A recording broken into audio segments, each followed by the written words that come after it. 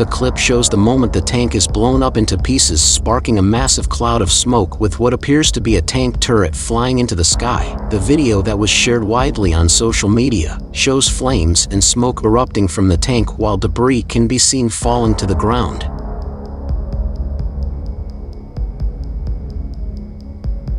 Ukraine Weapons Tracker, which has been following the war closely, said the tank was hit in recent fighting and became smoldering scrap with great speed. It comes as Russia today claimed full control of Lysychansk, the last major Ukrainian-held city in Ukraine's Luhansk province.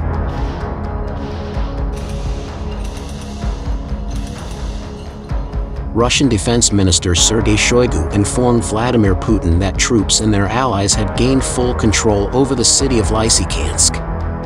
He said that Luhansk had been liberated after Russia earlier said its forces had captured villages around Lysychansk and encircled the city.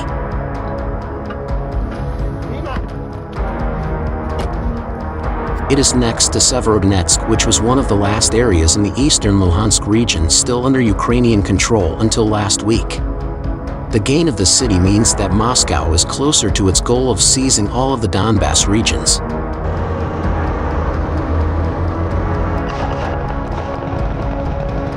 They suffer significant losses, but stubbornly advance. They are gaining a foothold in the city. On Saturday, Alexei Arestovich, an advisor to the Ukrainian president, said during an online interview that Russian forces had managed for the first time to cross the river from the north, creating a threatening situation.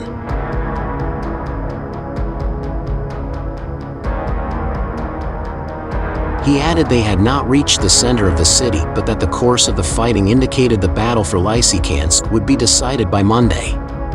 Meanwhile, the Russian leader's allies have demanded revenge after up to 5 died in a suspected nighttime Ukrainian bombardment of the Russian city Belgorod. At least 10 people were wounded, including a child.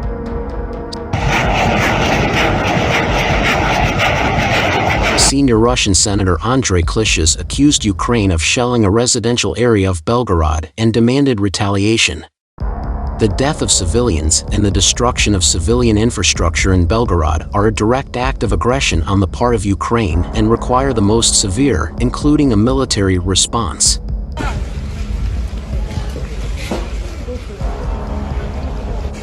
Pro-Vladimir Putin media called the Ukrainian attack an act of terrorism. It is obvious that this act of terrorism was committed in response to the liberation of Lysychansk by Russian troops, reported Ryadovka.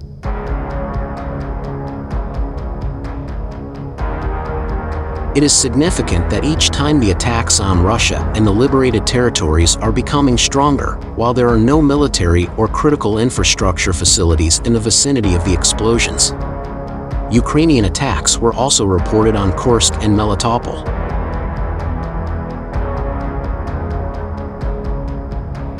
Ryadovka claimed that US-supplied HIMARS missiles could have been used, contrary to an agreement when the weapons were supplied to Ukraine.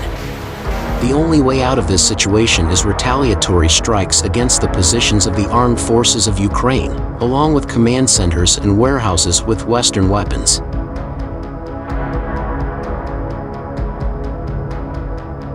The terrorist state Ukraine must be completely demilitarized.